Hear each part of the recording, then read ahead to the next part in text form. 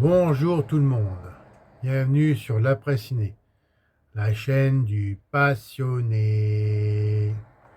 Les amis, aujourd'hui, dans la continuité des vidéos précédentes, vendredi 13,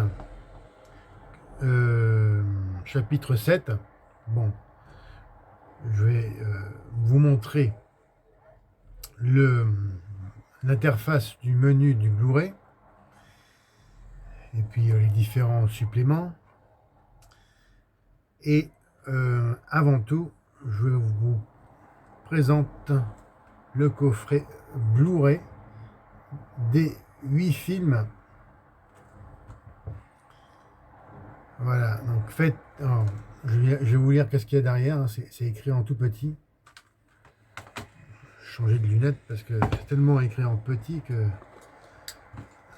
il faut vraiment que j'ai ma vision optimale.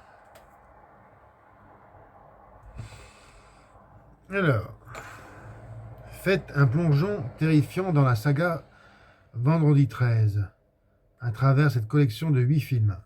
Le carnage commence lorsqu'un groupe de moniteurs ignore la malédiction de la mort. Une malédiction donc liée à la disparition d'un jeune garçon nommé Jason Voorhees dans le camp de Crystal Lake, où dès lors une série de meurtres vicieux ont lieu chaque vendredi 13. Une par une, les victimes sont traquées jusqu'à la mort par un croque-mitaine masqué. Un bain de sang qui continue dans chacun des films de l'une des plus célèbres franchises d'horreur de tous les temps. Cette collection contient les nouvelles éditions remasterisées du Tueur du Vendredi 13, Vendredi 13 meurtre en 3 dimensions et Vendredi 13 chapitre final. Bien, donc c'est interdit au moins de 16 ans. Et c'est une sortie de l'année dernière, ce coffret, que j'ai acheté que j'avais acheté à Cultura pour 58,99 €. Maintenant, la particularité, c'est que il y a un fourreau. Moi, j'aime ça, les fourreaux, parce que il me sert de décoration pour mettre sur mes étagères où sont mes Blu-ray et DVD. Voilà. Donc pour certains, c'est un détail futile, mais pour les collectionneurs, ça l'est pas. Et, voilà, c'est vraiment écrit en tout petit, hein, même avec la loupe. J'ai vraiment de la difficulté à lire qu'est-ce qui est marqué. Alors, je ne sais pas si vous allez bien voir Vendredi 13, donc chapitre 7, un nouveau défi qui est ici, là où est mon doigt. C'est vraiment écrit en minuscule. Hein. Voilà, je ne sais pas si vous arrivez à voir quelque chose avec le contre-jour. Bah. Donc, et puis donc derrière, il y a la même chose pour le Blu-ray. Pas de grossissement particulier. C'est la même chose au niveau des textes des films.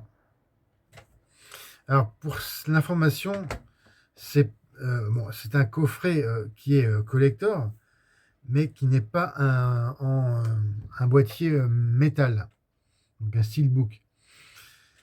Il y était ce coffret, mais j'ai pas trouvé le design en lui-même terrible, puisque il y avait que la tête de Jason, juste le masque, et ça s'est arrêté à peu près au niveau de la mi-thorax.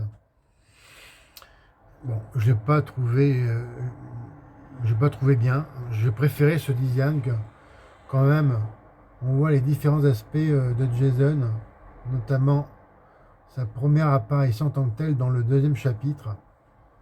Voilà. Et avec bon après les trois autres avec le masque. J'ai trouvé bon voilà la sérigraphie meilleure. Concernant celle donc la sérigraphie des disques, à part le premier opus qui est ici, hein, bon, c'est une sérigraphie des plus simples. Tous les autres disques sont malheureusement égaux à celui-ci. Voilà. C'est vraiment dommage. J'aurais préféré quand même un minimum de sérigraphie. Voilà. En tous pareil. Je pense que ça doit être pareil pour le coffret Steelbook. Bon, il y a une différence, c'est que dans le Steelbook, différence notable, donc là en fait, voilà, les disques sont séparés les uns des autres, hein, au niveau des attaches, ici. Voilà. Ils sont bien séparés, alors que dans l'autre, ils sont empilés.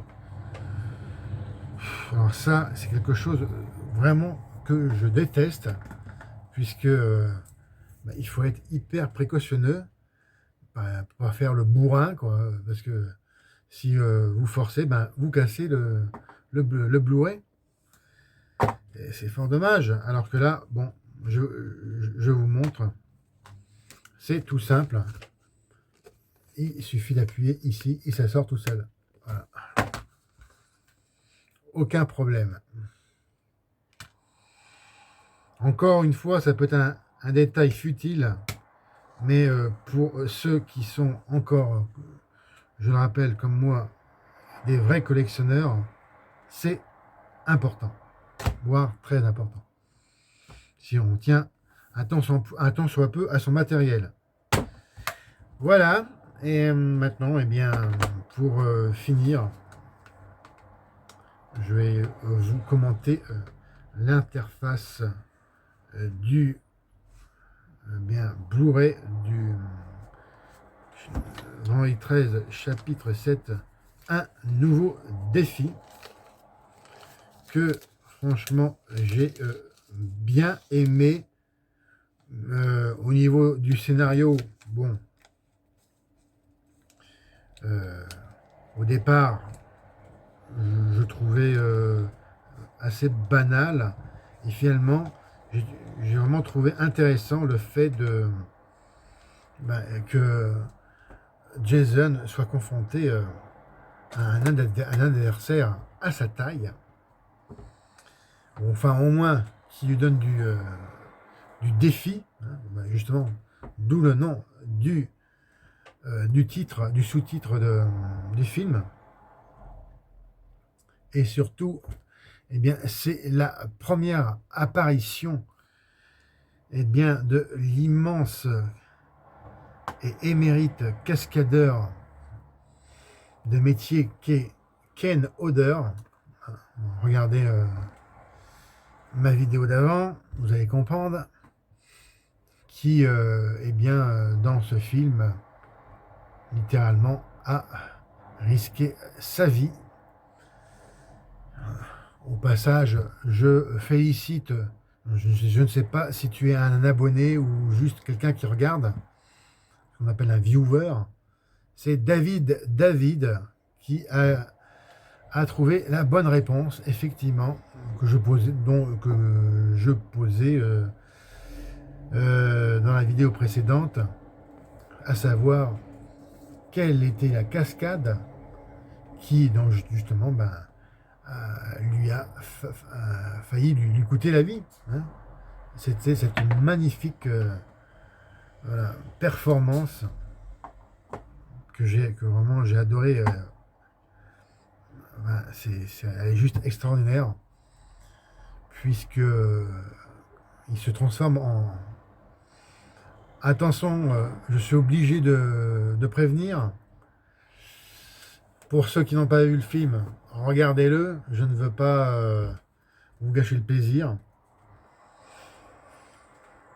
Et pour ceux qui restent, je suppose que vous savez de quelle cascade je vais vous parler. C'est l'affrontement final. Quand eh bien, il se transforme en torche humaine, voilà, puisque la Final Girl eh bien, l'asperge d'essence. D'ailleurs, au passage, elle s'en met aussi sur elle, mais tout de suite, elle a le réflexe d'ôter sa chemise, je crois, pour ne pas, elle aussi, prendre feu. Et pour la précision, je crois qu'il est resté à quelques secondes près, si c'est pas une minute, ou au moins 50 secondes, mais je pense que c'est quand même une minute qu'il est resté en torche humaine intégrale. Et donc, il a été brûlé, comme tu le disais, David, à plus de 50% à certains endroits du corps, qui sont la base du cou, et les mains surtout. Je pense qu'aussi il y a d'autres endroits au niveau de l'avant-bras aussi.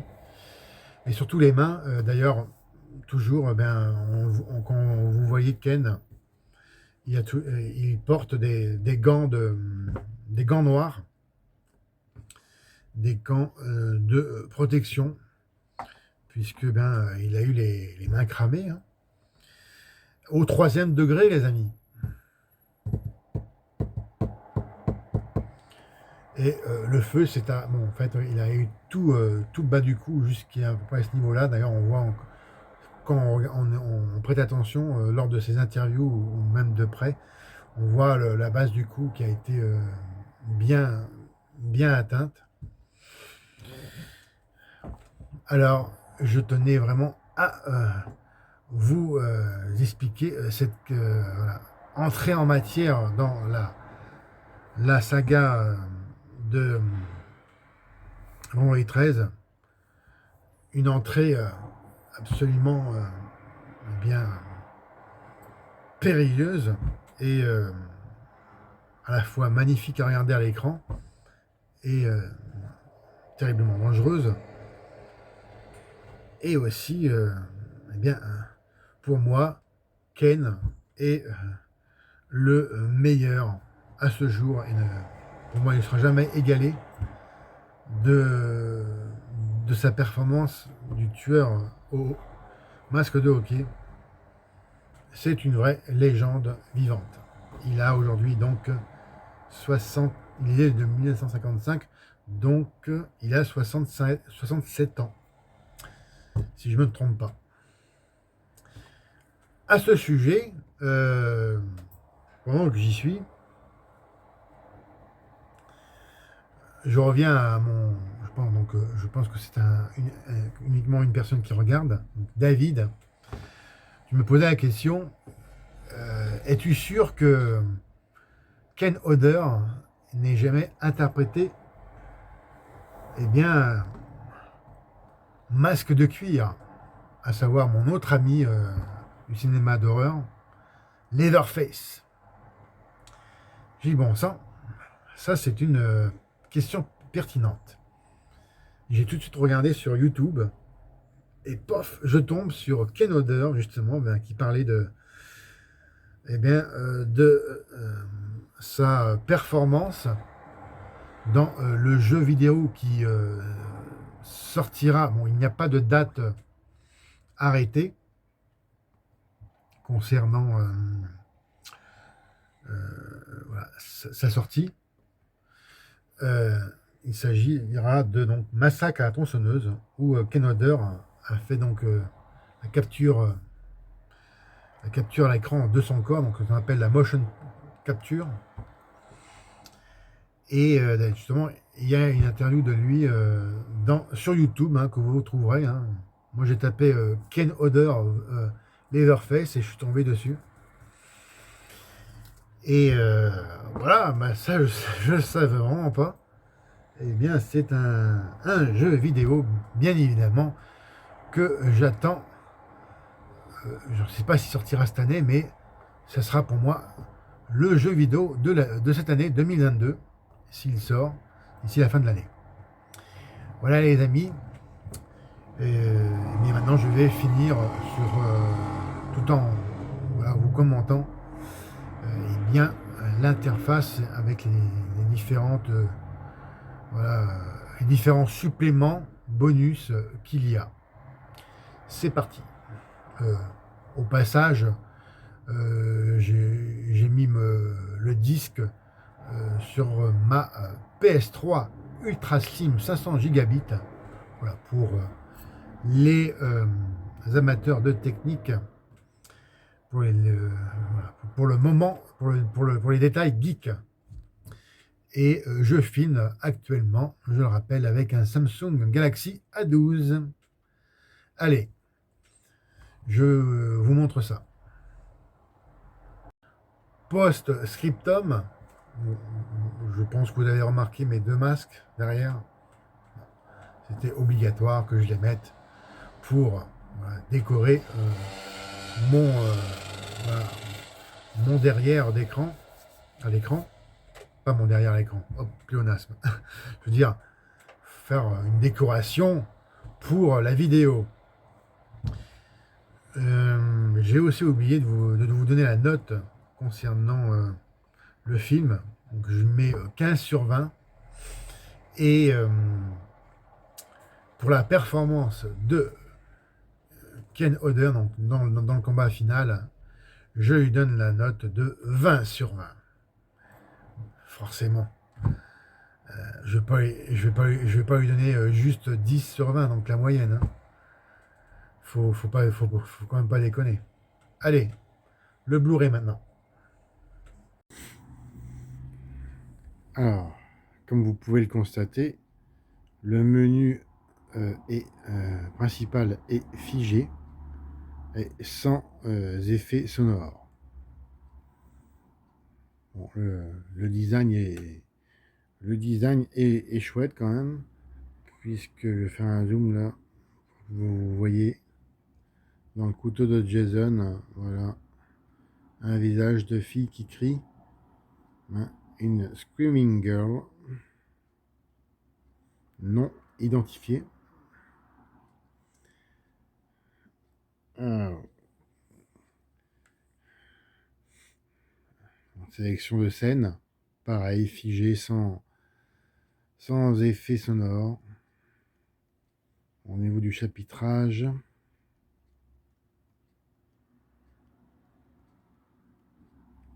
donc en tout, il y en a 15 chapitres. Maintenant, l'audio, anglais, français, et espagnol, latino. Ça, c'est bien, ça. C'est pas courant. Espagnol, latino. Les sous-titres. Anglais pour les malentendants ou les sourds. Ça, c'est très bien, ça. Français et espagnol, latino. Bon, ça aurait été bien de me rajouter aussi, enfin bon. C'est pas le cas. Les sous-titres pour les Français malentendants et sourds. voire espagnol, mais enfin bon, ça aurait été bien français quand même. Les suppléments, bonus, les commentaires. Alors, il y a les commentaires du directeur, donc du cinéaste John Carl Buechler et des acteurs Lar Park, Lincoln et Ken Hodder. On peut aussi désactiver les commentaires. Ensuite, Behind the Scene, alors ça c'est making of. Bon, je vous montre un peu le début. Là.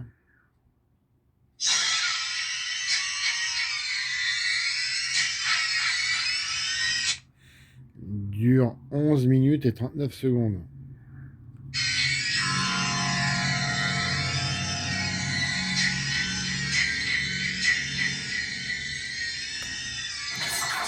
I have been a stuntman for a long time, done a lot of different films, played characters that, mostly bad guys that are stunt related, so they'll think about casting a stunt person that might be able to act as opposed to an actor, then having to double them and shoot around their face and everything else. It's just easier to get a stunt person to play the part. And I had done a few parts like that. I got the job of stunt coordinating a movie called Prison, and that's where I met John Buechler. I guess it was quite an achievement for John to even convince the executives of Paramount that I should be considered to play Jason. I actually pitched him to Frank Mancuso and showed him the headshot and resume, and he says, he's fine, but, I don't really care, but he looks kind of small to me. I don't think he can play Jason. So I actually got together with a buddy of mine, Tom Calloway, who ended up shooting a lot of the second unit on the movie, and Kane, and we created a mock-up suit with a hockey mask and shot a test where he's picking up a guy and throwing him through walls and stabbing people, and it sold Frank that, okay, I understand what you're trying to do here.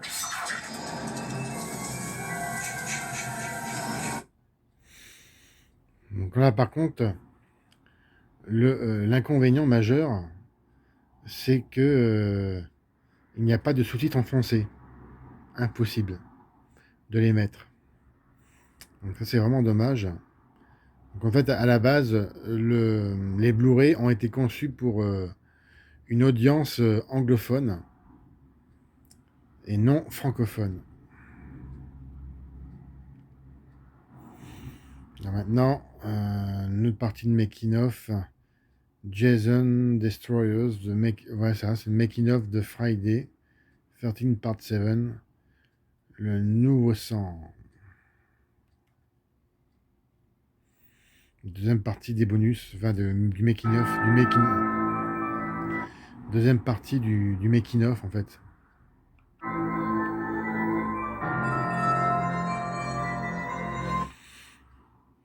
Dans la première, c'est plus de l'interview en fait. Oui, c'est ça, c'est plus de l'interview et des faits de tournage.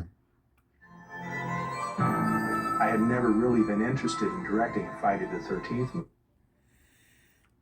Celle-là, elle dure 15 minutes et 7 secondes.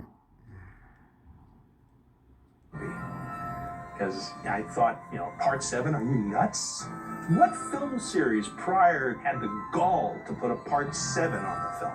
And it dawned on me, maybe we could do something that they hadn't done before with the character and the story.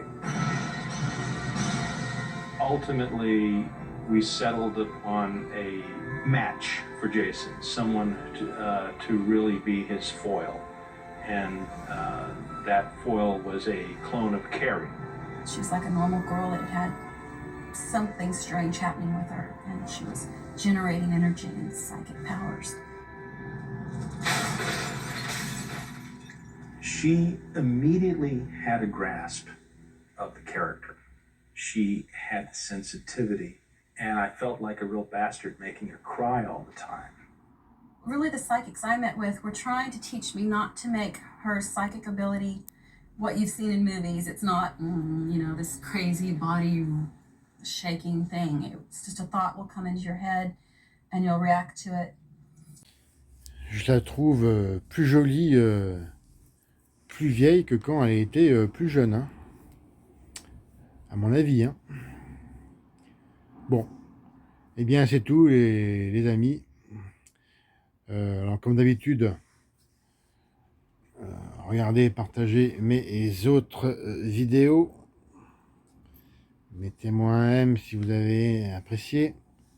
N'oubliez pas, hein, comme d'habitude aussi, de bien me mettre en dessous du en dessous de la vidéo vos commentaires. Et également de me suivre sur mes autres comptes de réseaux sociaux. Je le rappelle, qui sont dans l'ordre: Facebook, ma page Facebook Post Ciné, Twitter, l'après ciné,